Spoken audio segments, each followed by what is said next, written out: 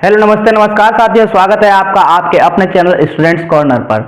हम लोग students corner पर भारतीय राष्ट्रीय कांग्रेस को खत्म कर बंगाल विभाजन भी खत्म कर चुके थे और बंगाल विभाजन के खत्म करने तक मैंने आप लोगों को सब कुछ पढ़ाया है, जिसकी प्लेलिस्ट इसी चैनल के प्लेलिस्ट में आपको मिल जाएगी। अब अगर हम लोग आज आगे बात करें तो हम लोगों ने बंगाल विभाजन को पढ़ लिया था, मुस्लिम लीग को पढ़ लिया था, ठीक है। अब हम लोग आगे पढ़ेंगे मुजफ्फरपुर बम कांड को। तो मुजफ्फरपुर बम कांड की अगर मैं कहानी बताऊं तो ये कहानी शुरुआत होती है सूरत विभाजन से। ये कहानी शुरुआत होती है सूरत विभाजन से। सूरत विभाजन से कैसे शुरुआत होती है वो मैं आपको बताता हूं। सूरत विभाजन के अधिवेशन के अगले वर्ष सूरत विभाजन में जो था गरम दल और नरम दल के बीच में अच्छा वाला क्या कहते हैं मतभेद हो गया था। तो 1908 में, ये तो 1907 में हुआ था सूरत विभाजन। इसके बाद 1908 में हुआ क्या कि गरम दल के सभी नेताओं को बर्खास्त कर दिया गया, निष्कासित कर दिया गया था भारतीय राष्ट्रीय कांग्रेस से। जब भारतीय राष्ट्रीय कांग्रेस से सभी गरम दल के नेताओं को निष्कासित कर दिया गया तो मैंने आपको बताया था बाल गंगाधर तिलक को मांडले जेल में भेज दिया गया था। लाल लाजपत राय और बिपिन चंद्र पाल देश छोड़कर भाग गए थे। अरविंदो घोष को एक जो बम कांड था उसमें उनके ऊपर मुकदमा चलाया गया, जिसमें सीआर दास, उनको जेल भी हुई थी और सीआर दास ने किसी कारण मतलब बहुत अच्छे से उनकी पैरवी करके उनको बाहर कर लिया था। और उसके बाद अरविंदो घोष ने क्या कर दिया था, मतलब अपने आप को वहां से हटा लिया था। पॉलिटिकल जो उनका करियर था उससे उनको मतलब उन्होंने एकदम रद्द कर दिया, रिटायरमेंट ले लिया था। उसके बाद उन्होंने पौंडीचेरी में जाके ऑरोविलो आश्रम की स्थापना की थी। ऑरोविलो आश्रम की स्थापना करने के बाद आप अब समझिएगा कि 1908 से जो भारत के जितने भी नेता थे, कौन से उग्र राष्ट्रवादी, 1908 उग्र राष्ट्रवादी जो नेता थे उनको उनके ऊपर दमनकारी गतिविधियां की जा रही थी। उग्र राष्ट्रवादी नेताओं के ऊपर दमनकारी नीतियां अपनाई जा रही थी, उनको भगाया जा रहा था। कहां से? बंगाल से, ठीक है। उनको भगाया जा रहा था बंगाल से। बंगाल में जो गवर्नर आ गया था वो आ गया था किंग्सफोर्ड, जो वाइस राय थे वो आ गए थे किंग्सफोर्ड, ठीक है। अब बंगाल छोड़ छोड़कर जो उग्र राष्ट्रवादी नेता थे वो कहां कहां जा रहे थे? आपके जा रहे थे महाराष्ट्र में। उसके बाद जा रहे थे पंजाब, जो आज उस वाले क्षेत्र में जो आज पाकिस्तान के पास है, ठीक है। आज जो क्षेत्र है वो पाकिस्तान के पास है, उस क्षेत्र में उग्र राष्ट्रवादी नेता लोग जा रहे थे। और उसके बाद कुछ अवध क्षेत्र में आ रहे थे, जो कि आज का तो अवध क्षेत्र यूपी में आता है, लेकिन जो उस समय का अवध क्षेत्र हुआ करता था वो फैला हुआ था आधे बिहार तक। आपके आधुनिक बिहार के आधे बिहार तक अवध क्षेत्र फैला हुआ था। अब किंग्सफोर्ड ने इतने अच्छे से काम किया था, दमनकारी नीतियां अपनाई थी राष्ट्रवादी नेताओं के खिलाफ, जो कि उग्र राष्ट्रवादी थे, उनके खिलाफ अच्छे से दमनकारी नीतियां अपनाई थी, जिस वजह से उनको प्रमोशन मिला और प्रमोशन में वो ट्रांसफर कर दिए गए मुजफ्फरपुर में। जब उग्र राष्ट्रवादी नेताओं को यह खबर मिली, किंग्सफोर्ड ट्रांसफर टू मुजफ्फरपुर,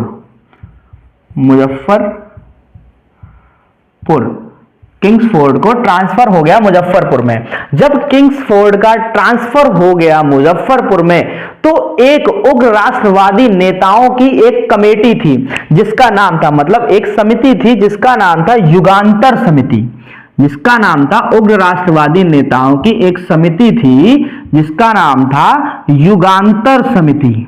क्या नाम था? ये क्वेश्चन पूछ लेते हैं। युगांतर समिति, आई थिंक समिति देख लीजिएगा, ठीक है। जो आप समझिए, सिर्फ भावनाओं में को समझिए, वर्ड्स की तरफ ध्यान मत दीजिए। युगांतर समिति थी, तो युगांतर समिति की तरफ से एक ऐलान किया गया कि कौन माई का लाल है जो किंग्सफोर्ड की हत्या करेगा। कौन माई का लाल है जो किंग्सफोर्ड की हत्या करेगा, यह ऐलान किया गया। ये ऐलान किया गया कि कौन किंग्सफोर्ड की हत्या करेगा, जिसने हमारे प्यारे उग्र राष्ट्रवादी नेताओं को परेशान किया, उनके खिलाफ बंगाल में दमनकारी नीति का प्रयोग किया। तो इस तरीके से एक ऐलान किया गया। जब ये ऐलान किया गया तो ऐलान के बाद दो लोग निकलकर आए सामने। ऐलान के बाद दो लोग सामने निकलकर आए। पहला नाम है इसमें प्रफुल्ल चाकी का। पहला नाम है प्रफुल्ल चाकी। पहला नाम है प्रफुल्ल चाकी का। और इनके साथ जब इनको आगे आता देखा तो उसके बाद खुदीराम बोस भी आगे आए। खुदीराम बोस भी आगे आए। मतलब इन दोनों ने कहा मैं मारूंगा किंग्सफोर्ड को। तो युगांतर समिति के लोगों ने प्रफुल्ल चाकी और खुदीराम बोस को ये काम सौंपा, इस चीज की जिम्मेदारी सौंपी। अब ये लोग उस समय बंगाल में थे। बंगाल से चलकर ये लोग कहां पहुंचे? बिहार के मुजफ्फरपुर में, आधुनिक बिहार के मुजफ्फरपुर में पहुंचे। और जब ये लोग आधुनिक बिहार के मुजफ्फरपुर में पहुंचे तो वो डेट थी 30 अप्रैल 1908। 30 अप्रैल 1908। देखना इधर साइड दिख रहा है ये 13 अप्रैल 1908 की वो डेट थी जिसमें जिस दिन किंग्सफोर्ड शाम को, आई थिंक शाम के ही टाइम में, वो अपनी बग्गी में बैठकर सैर कर रहा था, इधर उधर घूम रहा था, अपने जो शहर है उसके देख रहा था, उसको इंस्पेक्शन कर रहा था। तब खुदीराम बोस और प्रफुल्ल चाकी ने उसकी बग्गी के ऊपर बम मारा। बग्गी पर बम मारा। और जब बग्गी पर बम मारा तो खराब किस्मत के चलते, प्रफुल्ल चाकी और खुदीराम बोस की खराब किस्मत के चलते किंग्सफोर्ड नहीं मरा। आप इस बात को बहुत गौर सुनिएगा। बग्गी पर बम फेंका गया 30 अप्रैल 1908 को। खराब किस्मत किसकी थी? प्रफुल्ल चाकी की, खुदीराम बोस की। खराब किस्मत क्यों थी? क्योंकि इन लोगों के बम फेंकने से किंग्सफोर्ड नहीं मरा। अब जब नहीं मरा, बम फेंका है तो कोई ना कोई तो मरा होगा। तो उसमें मरे थे प्रिंगले कैनेडी के पत्नी और बच्चे। प्रिंगले कैनेडी जो कि एक भारतीय समर्थक थे, मतलब भारत के लोगों के समर्थक थे।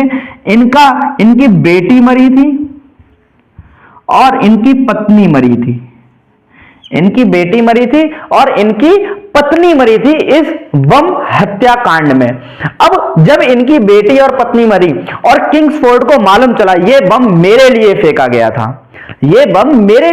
गया था, और उसमें हमारे मित्र प्रिंगले कैनेडी की बेटी और पत्नी की हत्या हो गई है, तो मुजफ्फरपुर में किंग्सफोर्ड ने ऐलान कर दिया, जारी कर दिया, किसके खिलाफ? प्रफुल्ल चाकी और खुदीराम बोस के खिलाफ। कहा कि ढूंढो कौन है वो लोग जिन्होंने मेरे ऊपर बम फेंका है। फिर इनके कहते ही, किंग्सफोर्ड के कहते ही हुआ क्या कि पुलिस वाले लोग इधर उधर बिखर गए और उन्होंने तलाश शुरू कर दी। जब उन्होंने तलाश शुरू कर दी तो प्रफुल्ल चाकी को पुलिस ने घेर लिया। भाई दो बातें हुई। जब उन्होंने तलाश शुरू कर दी तो भाई दो लोग हैं, प्रफुल्ल चाकी और खुदीराम बोस, तो दोनों के साथ अलग अलग घटनाएं होंगी। बम फेंक कर ये दोनों तो भाग गए थे। उसके बाद पुलिस ने क्या किया? तलाश जारी की। पुलिस ने तलाश जब जारी की तो प्रफुल्ल चाकी को घेर लिया। प्रफुल्ल चाकी घिर गए और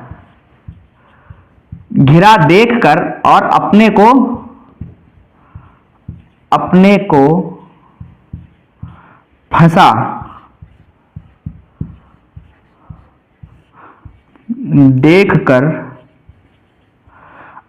फंसा देखकर खुद की रिवॉल्वर से गोली मार ली। खुद की रिवॉल्वर से गोली मार ली।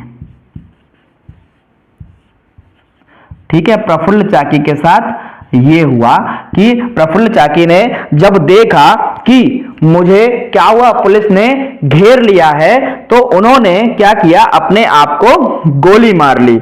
उसके बाद अगर मैं बात करूं तो खुदीराम बोस की बात आती है। खुदीराम बोस क्या हुआ कि खुदीराम बोस भागते भागते, मैं अगर इनकी बात करूं, ये तो प्रफुल्ल चाकी की बात हो गई, ठीक।